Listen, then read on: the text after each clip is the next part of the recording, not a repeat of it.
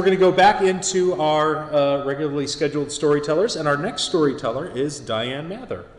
Diane was born and raised in Minnesota. She graduated from Morningside College in Sioux City, Iowa, with a BA degree, majoring in both psychology and sociology. In 1966, she married Merlin Mather. Their son Martin lives in New Mexico, and their daughter Marianne lives in Chicago. Diane earned a master's degree in library and information science from Dominican University in River Forest, Illinois. She was employed as a health science librarian at Evanston Hospital in Evanston, Illinois for 10 years before moving to Normal in 1989. In 2015, Diane retired from the Milner Library at Illinois State University, where she had been a librarian for over 16 years. She's an avid reader and also enjoys gardening and cooking. She is engaged in local politics. When asked who her most admired activist was, Diane said, at the time of my story, 1969-1970, it was Dr. Martin Luther King and Bobby Kennedy. Later, I've become intrigued with Ida B. Wells and Frederick Douglass. Diane Mather.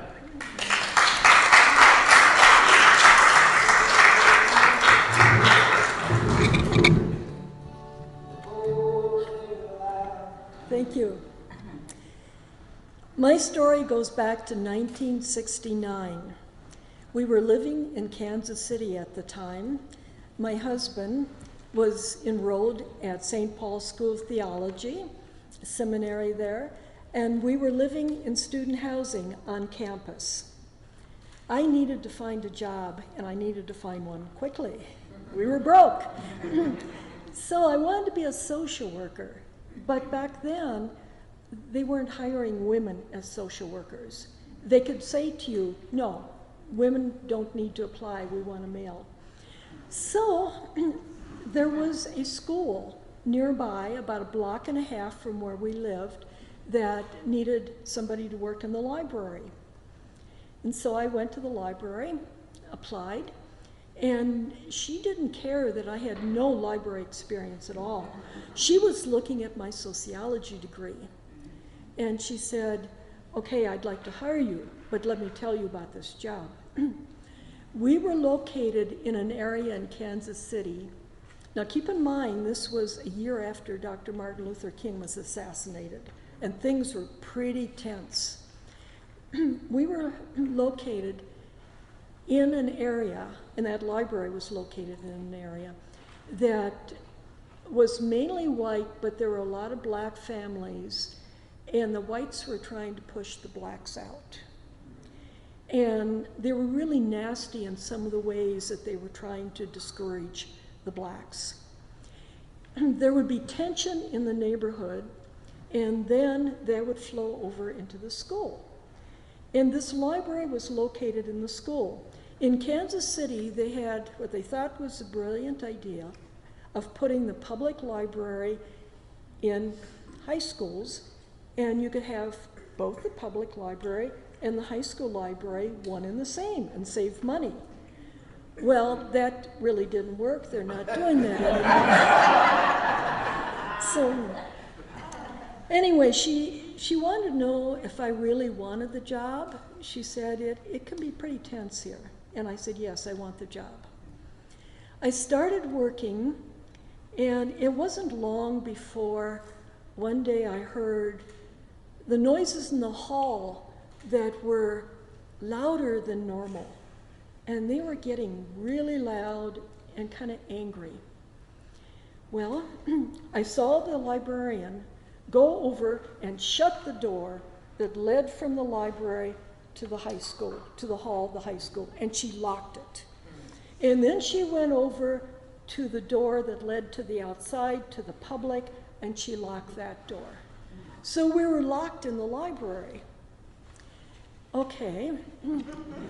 Then I started walking towards my desk, and I happened to look out, and there was a line of policemen. And they had billy clubs, and they had helmets. And I thought, okay, if I were to make a choice, I think I would go into the hall of the school as opposed to going out among the policemen. They looked menacing. And they started coming closer and closer and closer, encircling the school. The closer they got, the louder the noises in the school. The kids were terrified. Well, that happened several times, many times in fact. I befriended a student who happened to be black. He spent a lot of time around my desk. He told me what was going on in the community. I asked him questions and he gave me answers. Probably should have been in class some of that time.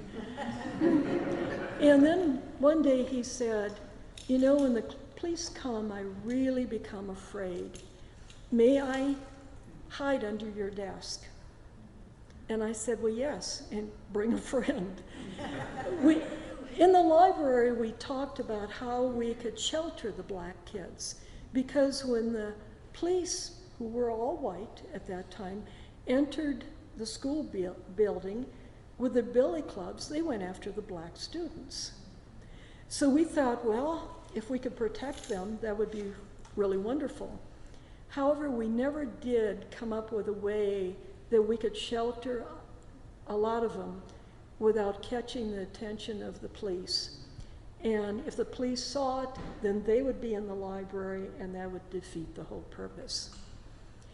So whenever we saw this young man run into the library and skid under my desk, we knew it was time to lock that door. One time, I remember when the police were there, there was a student who was black on the second floor, and he actually jumped out of the window of the second floor. Fortunately, he landed in a bush, and the bush broke his fall, and he actually walked away. One morning, I was getting ready for work, and I got a phone call from my boss. And she said, Diane, I just want to prepare you. There's been a little problem in the library. It's been bombed. That was one of 3 buildings in the area that had been bombed the previous night. So I walked to work. As I approached the library, I noticed that the windows were out on one side of the building, and I noticed the door was hanging. So, hanging, I mean, it wasn't a workable door. So that day we cleaned the library. We took splinters of wood out of books and tried to clean things up. The next day, 2 men entered the library. They were the FBI. They wanted to know who had checked out books that in any way might relate to bomb making. Well, being a proper librarian, the librarian said, librarians believe that people have the freedom to read what they want to read without fear of being apprehended. So we refused to give them the names of the people who checked out the books. The circulation cards in our physics and chemistry books kind of disappeared, and I am not going to tell you what happened to them.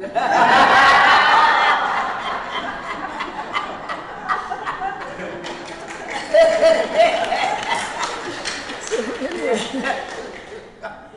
one day when I was walking to work, you could feel the tension in the air. Sometimes, I mean, you could just feel it. You mentioned it. I got to work, and 2 blocks over, the people were gathering in the streets. They were angry. I forget what had happened, but they were angry. There were state troopers that were on the roofs with guns. A man who happened to be black, a man and his son, left a building and they were shot dead. The state troopers said, oh, well, you know, we thought it was one of the Black Panthers. Misidentification. We interacted with the Black Panthers. The leaders, the student leaders in our school, the black student leaders, were young, 15, 16, 17. And the Black Panthers came in and they helped these kids identify what they needed. How is it that you're not feeling safe? how can you be safe? How can we come up with demands that we need to have fulfilled? And so the students working with the Black Panthers came up with demands. They wanted one of the security guards at the school fired because he was a bully to the black kids. They wanted some of the teachers there to stop segregating students in their classrooms. They would have the black students over here and the white students over here, and they didn't want them to mix. And the black students said, we want that to stop. They also wanted the one black administrator to have an office. He didn't have an office. The white administrators did. They also said, we are learning white history. Blacks have also contributed to the building of this country. Where is the black history? So the Black Panthers were our friends. They really helped organize the students. Okay, at this point, I think I'm going to transition a little bit. My husband, seated over there, he doesn't know I'm going to talk about him.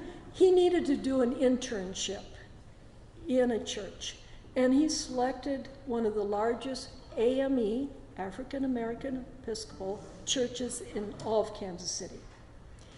So I don't know why Reverend Cecil Murray accepted him, because we didn't know we didn't know anything about what the black church was like. We were so naive. This black church is located in Kansas City, Kansas, and it was in an area that white people just didn't go to. So we were there, two white faces among a sea of black faces. There was a lot of learning that we had to do.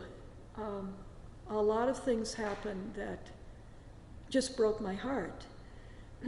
We were there and a building burned down in the area. Two of the church members lost their home in this building. The fire trucks didn't come because they didn't come to that address. So these people had no fire protection. We had a young woman in the church. Well, first of all, let me say, if there were police in the area, they were probably up to no good. And we had a young woman in the church who was raped in the back seat of a police car. That was not the first time that happened, and that I'm sure was not the last time it happened. The mothers, some of the mothers that I knew, had to put netting over their babies at night to keep the rats from biting them. I could go on and on with stories, but I think my time is drawing near. Was that symbol to end?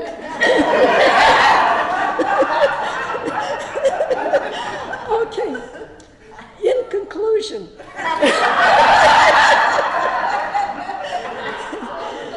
let me say that I really did not like white people.